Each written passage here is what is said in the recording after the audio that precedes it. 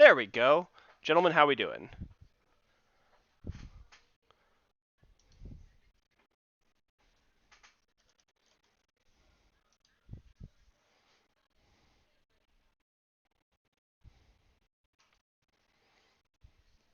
Everything is looking good.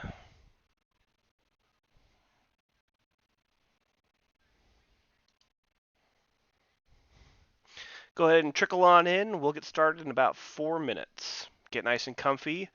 These sessions are completely informal. You will not find me wearing any nice clothes here, and I'll be perfectly honest, I'm wearing pajama pants. But that's what Wabash After Dark is all about. We're gonna get comfy and we're gonna do some problems.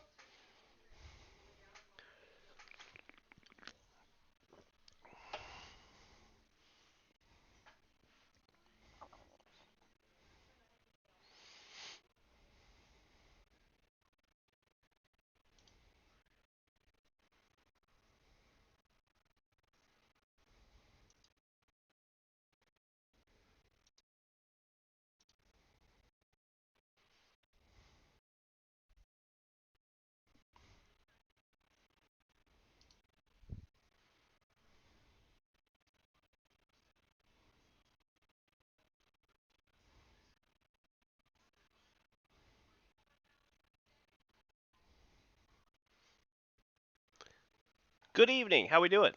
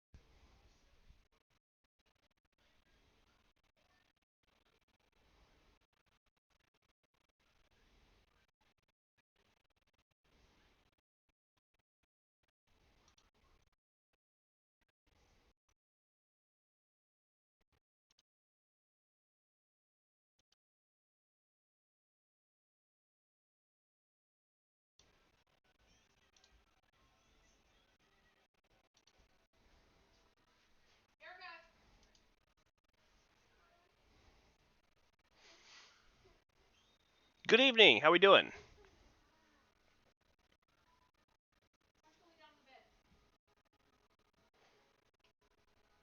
Shiva, good to see ya.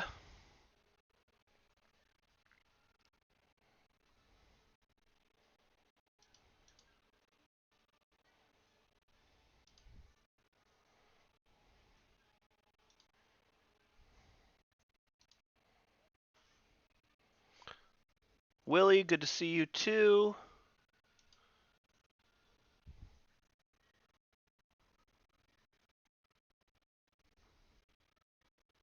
Good morning. What time is it there?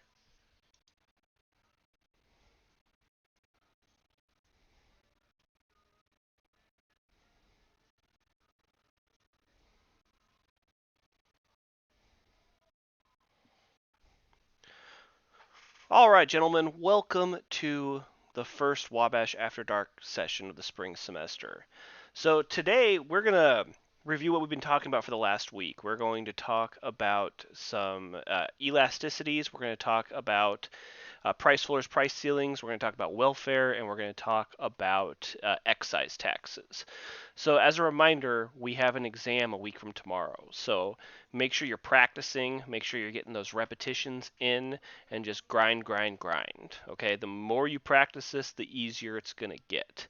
So, I have three problems planned out for tonight, and we're going to walk through them. see what we can figure out. And as always, if you have questions, feel free to type them out in chat, either Twitch chat or Discord. I'll be watching both of them. In fact, let me move my Discord screen over. Okay. So, quick question from Showa. Shouldn't quantity be the same after plugging back excise tax plus or minus price? Yes, it should, but you have to remember to use the relevant price with the relevant curve. Once we get our equilibrium price after an excise tax, we get rid of that fake curve.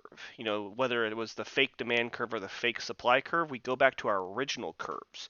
So for the demand function, you plug in the price the buyer pays.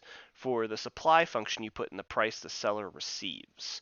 If you do that, you will get the same quantity with both of them. Now, that's a great question, though. All right, well, let's jump in. Let's go to that first problem. So here we go. We have a demand function. Now, this is a demand function you guys have never seen before. I did that because we gotta broaden our horizons a little bit.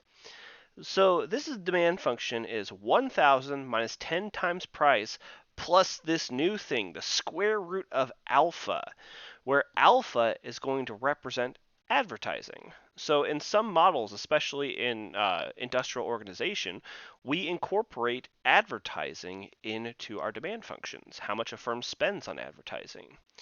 So we're going to keep this one simple. First, I'm going to assume that alpha equals 100, our equilibrium price equals 20. Let's calculate, actually I need a star on it too. Let's calculate our price elasticity of demand at these equilibrium values.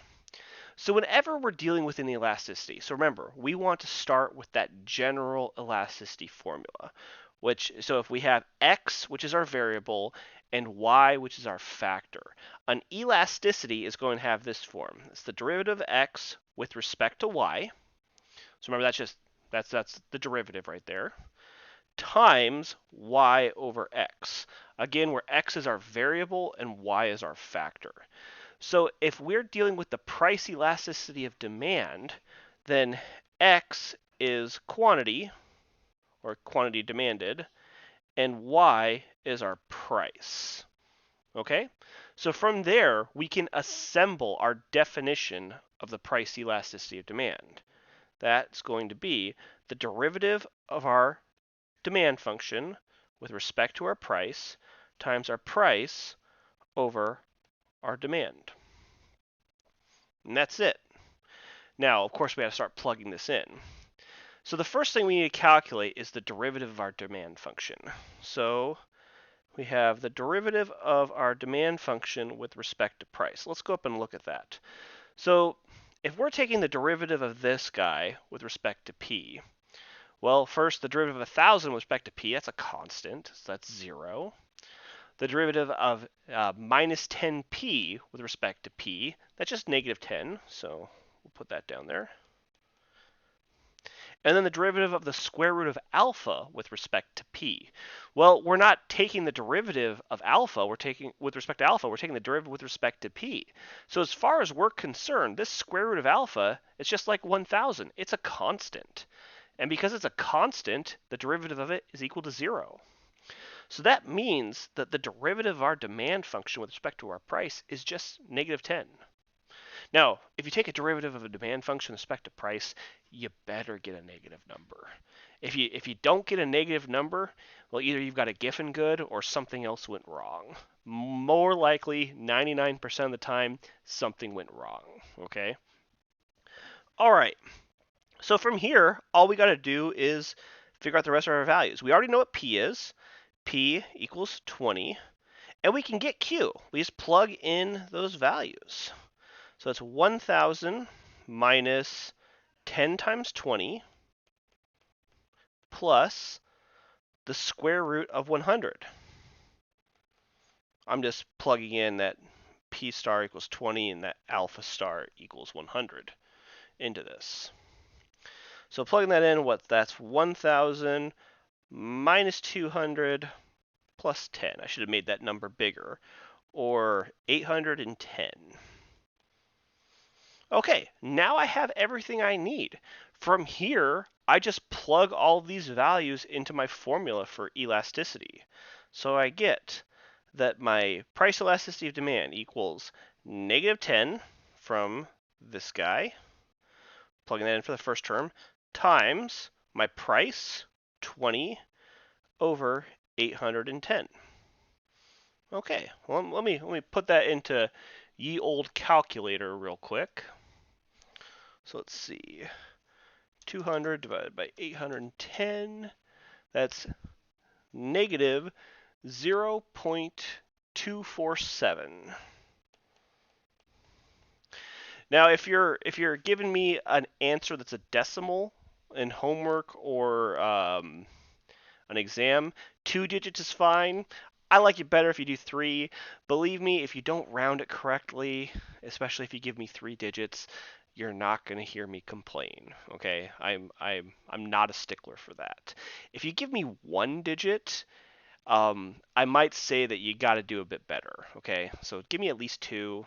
3's better, but 2's fine. Okay, so we calculated our price elasticity of demand of negative 0.247. The last thing we need to do is interpret this. So if I ask you to interpret a price elasticity of demand, I want you to do a little bit of writing. I'll just say if the price increases by 1%, we should expect the quantity demanded to. All right, right there. Everything I've written. That's how you start off each of these interpretations. If the price increases by 1%, we should expect the quantity demanded to, and then you fill in the blank. Because we have a negative sign right here, we're going to say decrease by, and then we plug in this value, 0.247%. That's how you interpret that price elasticity of demand. Then last, thus, this product is, let me look at the value. Now, we forget about the negative sign for a minute. Remember, with a price elasticity of demand, we compare it against 1. So we would say, thus, this product is inelastic because 0.247 is less than 1. And then we're done. That's 100% for an interpretation right there. Yes, you have to write a little bit, and I know nobody really likes writing, but if I ask you to interpret a price elasticity of demand, that's what I'm looking for right there. Okay, so don't skimp out on me. All right, well, that's a simple one. I mean, truthfully, you should expect a price elasticity of demand to show up on the exam. I got plenty of time for it. Good chance it's going to be on there. Let's do a part B though. Let's calculate the let's see, the advertising elasticity of demand. So how sensitive is our demand for this product with respect to changes in advertising? Okay, now we got something interesting right here. I want to calculate not for price anymore, but for advertising.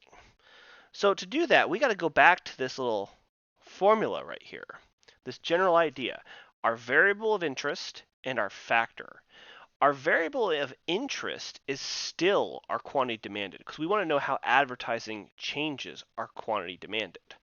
But now our factor isn't price anymore. Now our factor is advertising. So we want to calculate the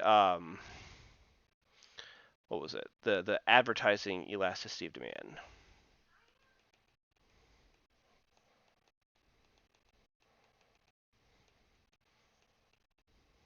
Now again, this is an elasticity you guys have never seen before. But still, you guys have all the information you need in order to figure this one out. Now, if I gave you an elasticity that you've never seen before, I would make sure to tell you which one's the variable, which one's the factor. Or I might even be so nice as to give you the formula, but probably not. Basically, what we need to calculate is the derivative of our quantity demanded with respect to advertising, because remember, our quantity demanded is still our variable, and now our factor is advertising, times our advertising over our quantity demanded. We can do that. So first, let's get that derivative. The derivative of our quantity demanded with respect to advertising. Okay, the derivative of 1,000 with respect to alpha, that's 0. The derivative of minus 10p with respect to alpha, also 0, because as far as we're concerned, p is a constant. And the last thing we need to do is get this derivative of the square root of alpha. Well, just remember that we can write this as alpha to the 1/2 power. That's a square root right there. Alpha to the 1/2 power. So our derivative in this case is just going to be 1/2 alpha to the negative 1/2 power, right? Just the power rule. Take that 1/2, put it out in the front, then subtract 1 from our exponent. So we get 1/2 alpha to the negative 1/2 power. Or we could also write this as 1 over 2 square root of alpha. That's mathematically equivalent right there. 1 over 2 times the square root of alpha. So now, again, alpha, we'll just use these same values. Alpha is 100, alpha is 100, and our p price is 20. So, again, alpha equals 100. Honestly, our quantity demanded hasn't changed. Our quantity demanded is still 810 from the first part. We haven't done anything to change that quantity demanded, so we can still use that same number. But now I just got to plug it all in. So let's do this. My elasticity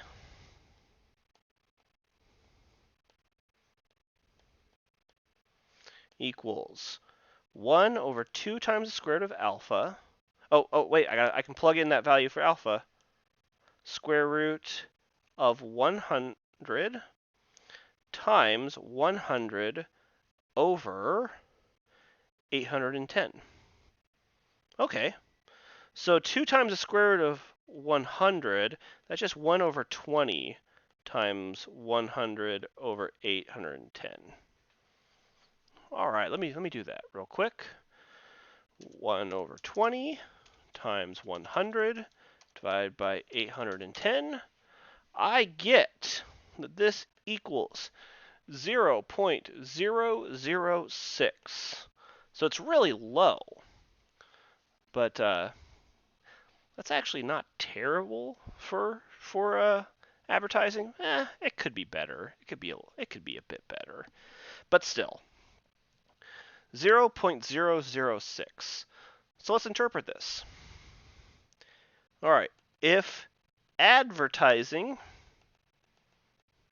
increases by 1%, we should expect the quantity demanded to, all right, there's that setup. Notice I just replaced price with advertising because advertising is our factor now. But if advertising increases by 1%, we should expect the quantity demanded to, now this is positive right here, there's no negative sign, so increase by 0.006%. Okay. Now, in order to make the other conclusion about whether it's inelastic, elastic, you need to know a little bit about how the advertising elasticity of demand works. We're not going to worry about that one. I wouldn't ask you to tell me what it is if I haven't explained to you how to define it. We compare this one against 1, by the way. So we would say if it's inelastic or elastic. So in this case, it would be inelastic. But still, I wouldn't expect you guys to do that if we've never actually defined how we measure this income or this advertising elasticity of demand. So don't worry about that one. All right, that's our first problem right there. So calculating elasticities. The key things to remember the setup. This setup is really important. That's what you should memorize, where x is our variable of interest and y is our factor, okay? Learn to spot this pattern when you're dealing with economics problems because it'll help you convert things into elasticities, and that's something we want to do. All right. Also, I'm going to post all of these little write-ups I did into Discord once we're done. It's one of the cool things I can do with Discord. So if you're taking notes at home, you'll be able to see them. But anyways, let's move on to our second problem. All right. That's the one I wanted. All right, so here we go. We have a demand function and we have a supply function.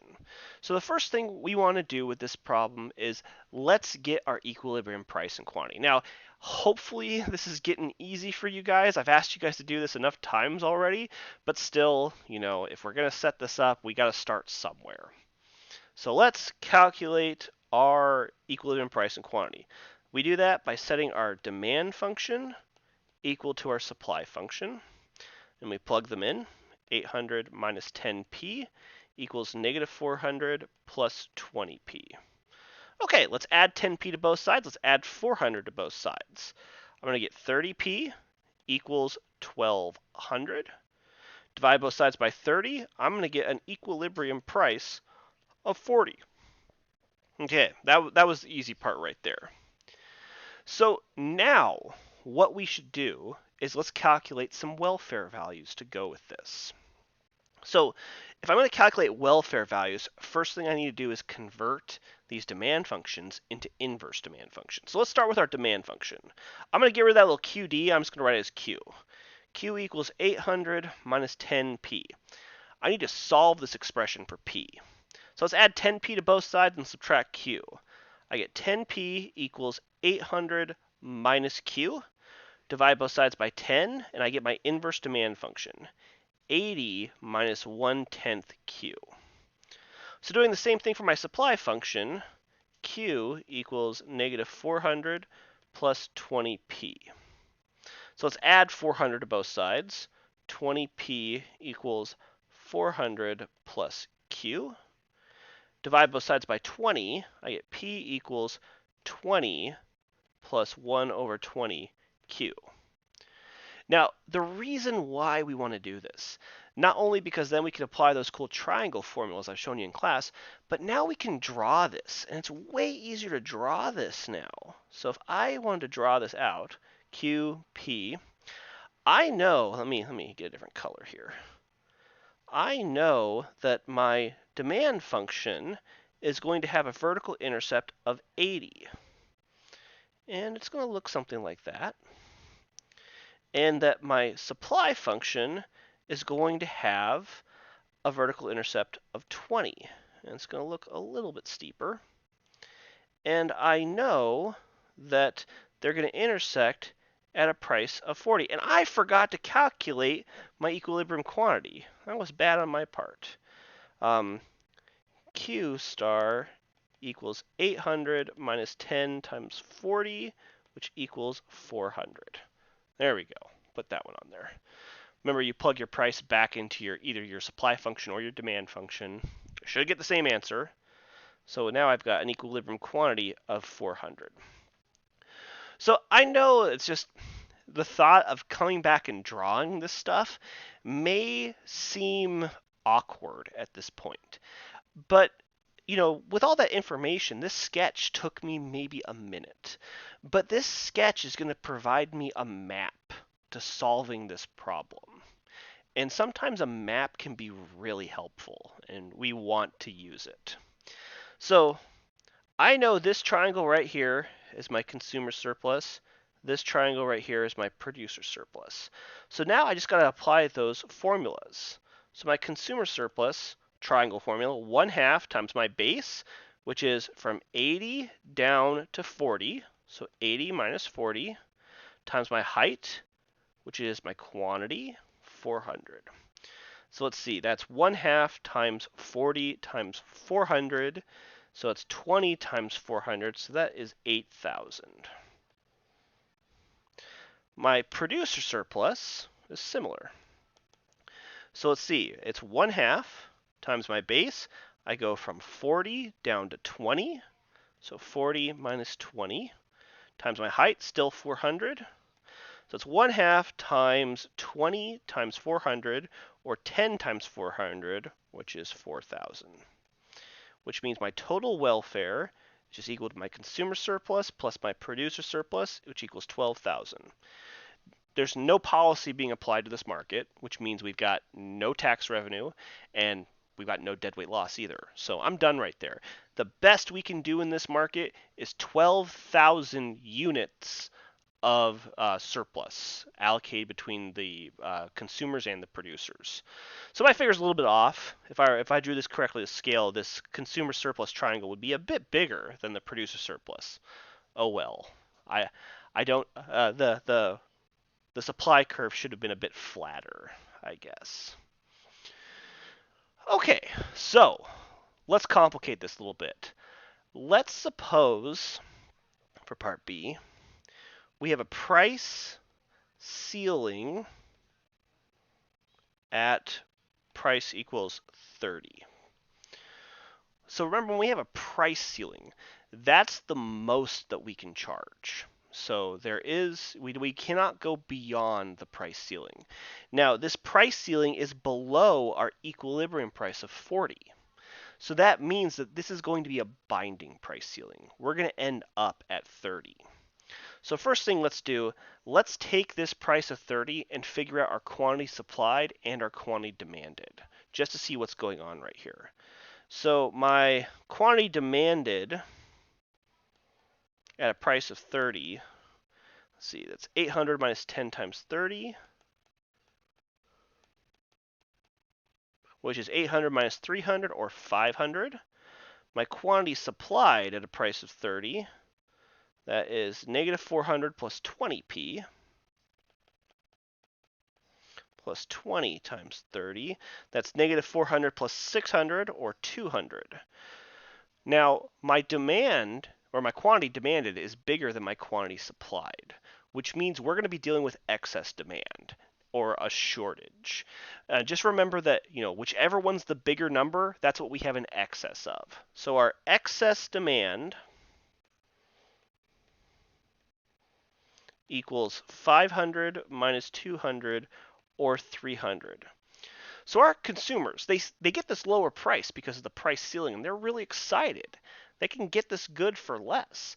But the producers, they're not excited. In fact, they scale back their production. And as a result, we've got 300 units that people want to buy that never get produced. And so we have unhappy customers because they can't find them. So that's our excess demand right there. Now, the last thing we need to calculate, though, is our welfare values. So since this is a price ceiling, our producer surplus is going to be a nice little triangle. So again, it's going to be 1/2. Now I'm gonna stick to my formula for this one. It's going to be the new price, which is 30, minus that vertical intercept, see I can refer back to that, of 20 of my supply curve, times our new quantity. Whenever we have a price floor or a price ceiling, our market quantity is always going to be the lower number. So in this case, this 200 is equal to our new quantity. So our producer surplus, 1/2 times 10 times 200. So that's 10 times 100, or 1,000 units. Now, the consumer surplus is a bit harder. So that's 1/2, and remember, it's a trapezoid. Base 1 plus base 2 times height. So base 1 is just equal to A minus our price, which A was our vertical intercept, 80 minus our price of 30, which equals 50. B2 is A minus that PB. We got to calculate that PB. So PB in this case, let me redraw this real quick.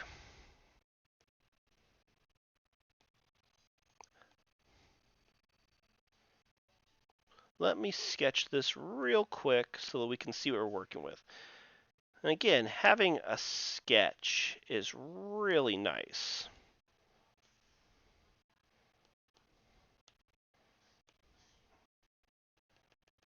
Got 40, 400, but now we have this price floor at 30. Okay, our consumer surplus is going to be this trapezoid. That's our consumer surplus. So we need to find this right here. We need to find, oh,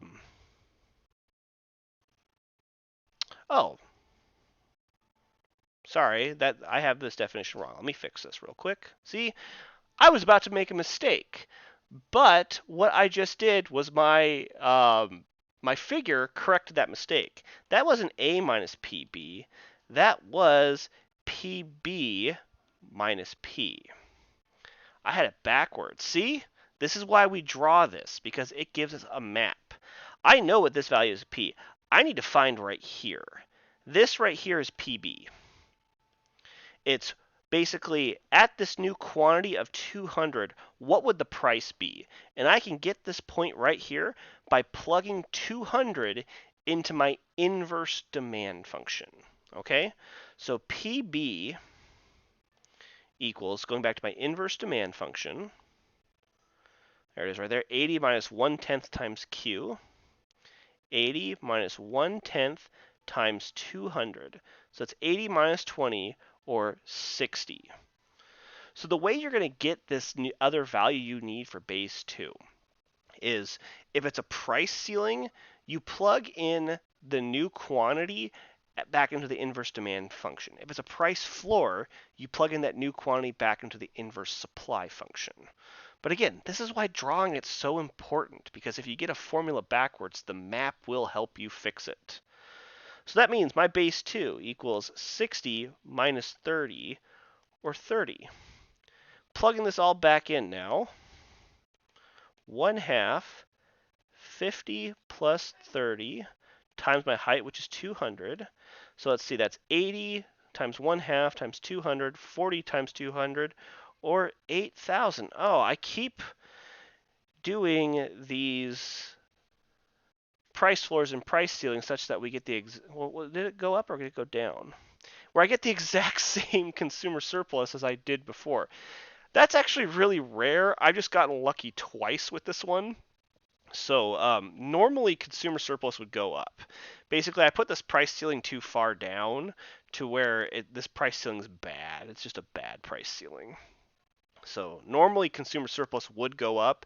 If it doesn't go up, this price ceiling is just terrible.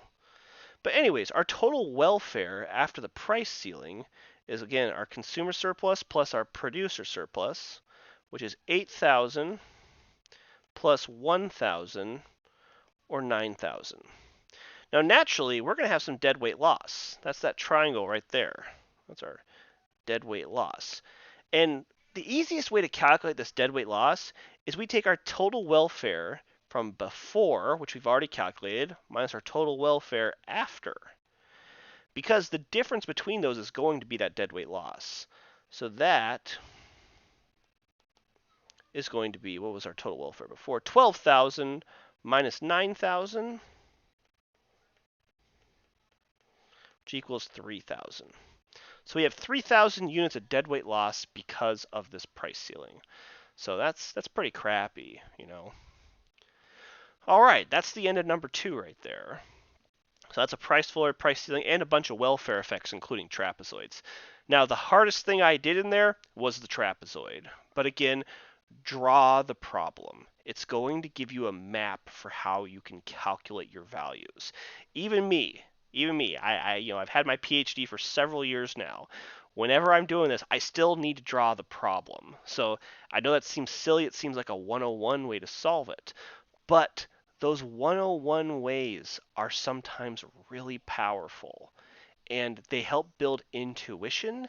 And more importantly, they give you a map to your solution. So don't discount those skills because they can come in handy. All right, last problem. Once again, we have a demand function, and a supply function. So start it off like we always do. Let's calculate an equilibrium price and quantity. We set our demand function equal to our supply function. So we get 900 minus 15p equals negative 600 plus 10p. Add 15p to both sides, add 600 to both sides. I'm going to get 25p equals 1500. Divide both sides by 25. I'm going to get an equilibrium price on 4 times 50, 60. There we go.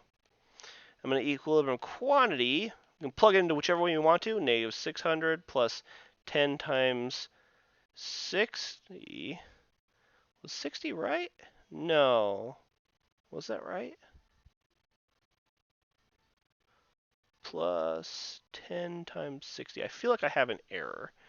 Let me double check that. I did that in my head. That's 60. Did I screw something up?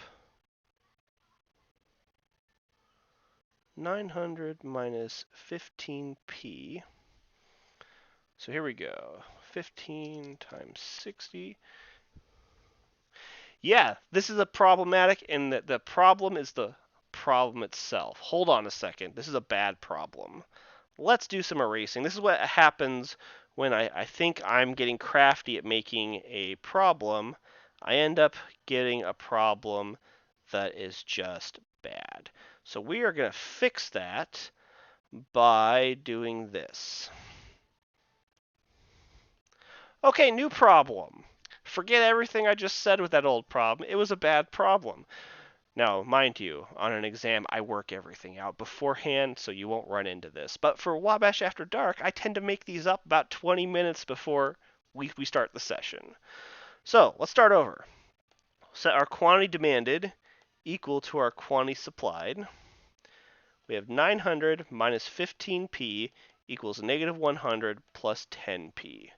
All right, let's add 15p to both sides. Let's add 100 to both sides. I'm going to get 25p equals 1,000.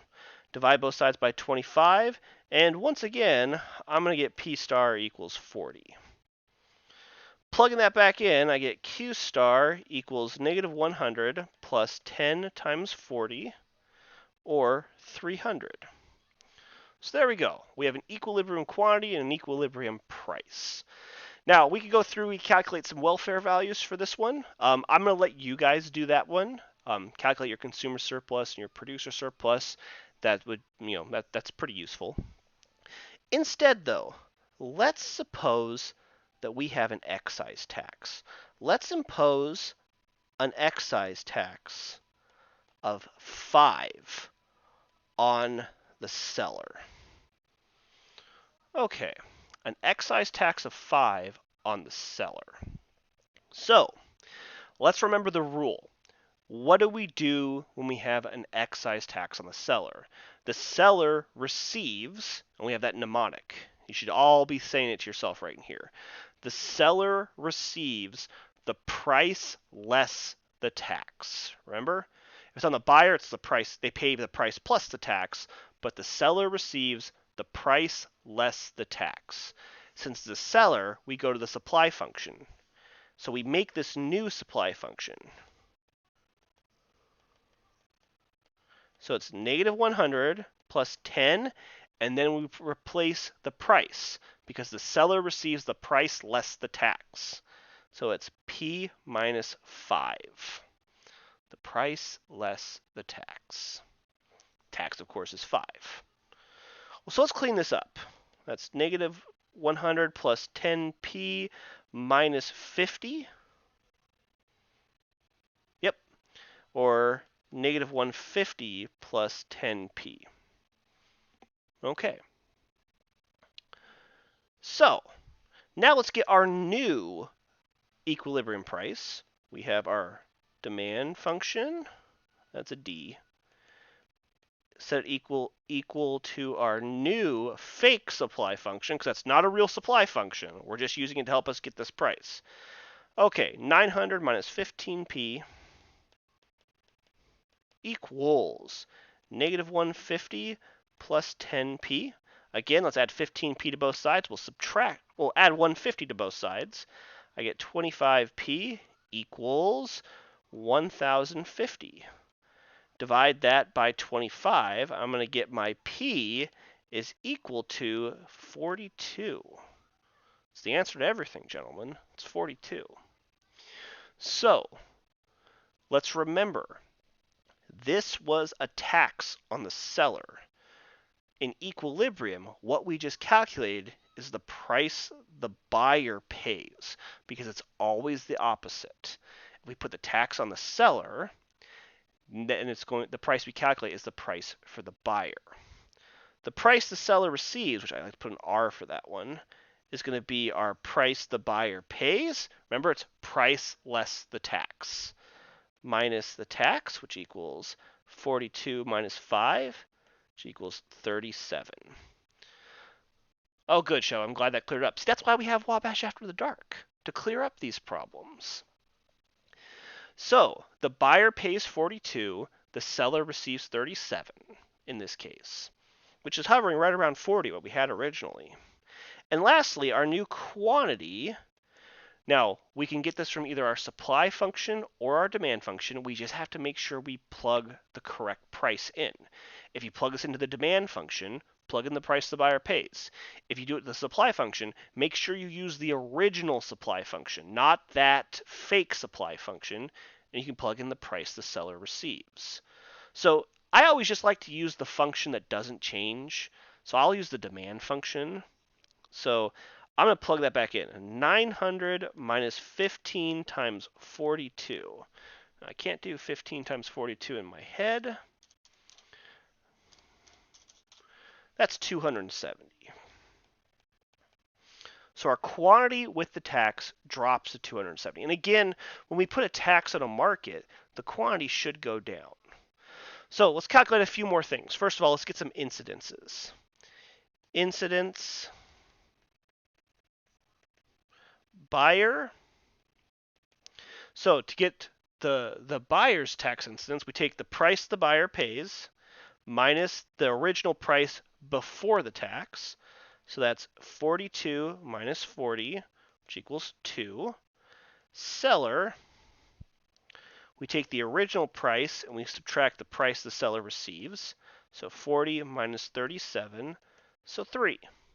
And of course, we add those up and they equal 5. And that's our check. Make sure that we calculate our incidences correctly, because incidences should always add up to the size of the tax. If they don't, you did something wrong. So, and lastly, let's calculate some welfare values with the tax. So first, our consumer surplus. Now, again, we could draw this one. Why don't we draw it real quick? So I'm actually going to erase that. Let's draw this one to help us. Okay. We have our price.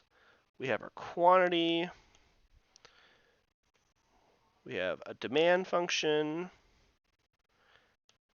And we have a supply function. See, I don't even know what these values are. I know that originally my equilibrium price was 40 and my equilibrium quantity was what? 300? Yeah, 300. So let's get some intercepts. Okay. So I had Q for my demand equals 900 minus 15p. So I have 15p equals 900 minus Q. Divide that by 50. That gives me p equals 60 minus 1 over 15th Q.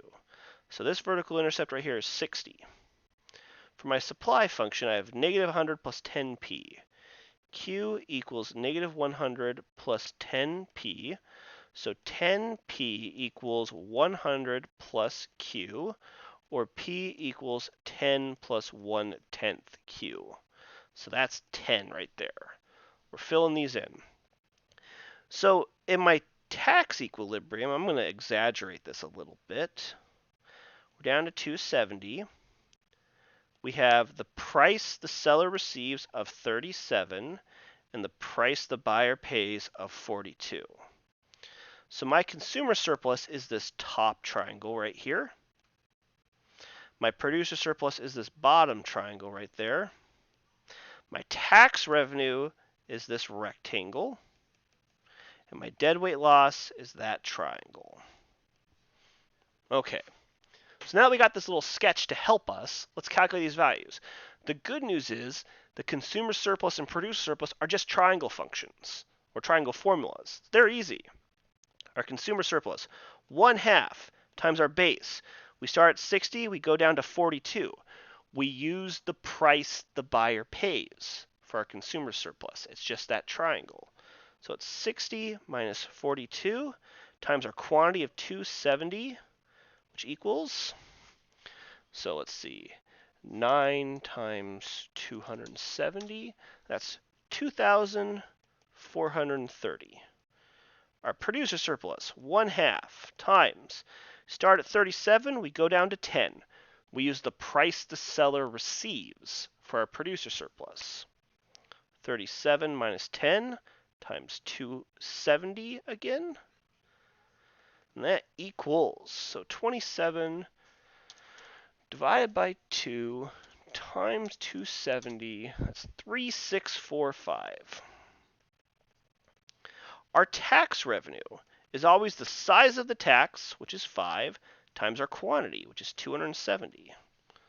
So 5 times 270 is 1,350.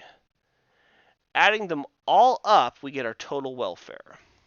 Consumer surplus plus producer surplus plus tax revenue, which is going to be 2,430 plus 3,645 plus 1,350.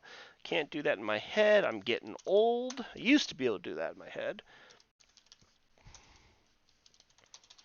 7,425. And the last thing we need is this deadweight loss. Now, if I'd calculated my welfare values before I made this tax, it'd be really easy. Take my original welfare values, subtract out my new total welfare values. So to get this deadweight loss, though, I'm just going to use a triangle formula. That deadweight loss is going to be equal to 1/2 times the size of the tax times my original quantity minus my tax quantity. Basically, the base of this triangle is equal to the tax. The height is the difference between those two quantities right there. So we can use our figure to help us figure that out. So that's 1/2 times 5 times 300 minus 270. So that's 15 times 5, that's 75. And there we go. Whew. That's a long one. Excise taxes can take quite a bit of time to solve, but that's the whole thing right there. Now, of course, if it's a standard problem from me, the very next thing I'm going to ask you is, how would these results change if instead this was a tax on the buyer? And then you would tell me they wouldn't change at all, because it doesn't matter who we levy the tax against. The equilibrium results are always the same. So don't forget that part. All right, gentlemen, that's all 3 of my problems. So I'll give you guys a moment. Are there anything else that we need to talk about for this session? As a bit of a note, while you guys are typing, in case there's anything else, we will have another Wabash After Dark session on Thursday, the night before the exam. And that one I'm going to focus on just exam questions. So any questions you might have about the exam, we're going to save for that session right there. And plus, I'll talk about it in class too. So I'll give you guys just a moment.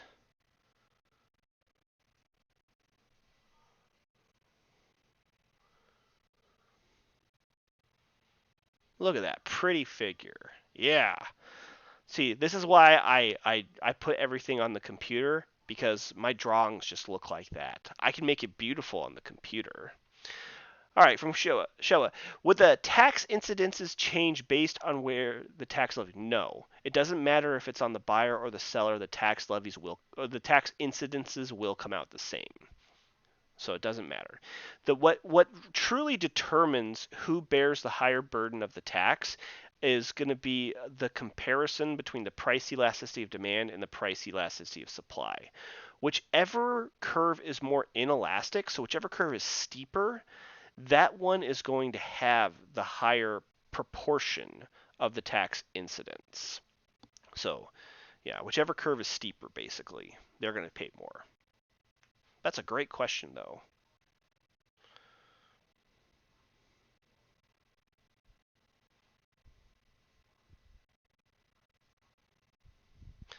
Well, all right, gentlemen. We are going to call it here for tonight. Thanks for coming and hanging out with me, and I'll see you guys in class in the morning. Have a good one, gentlemen.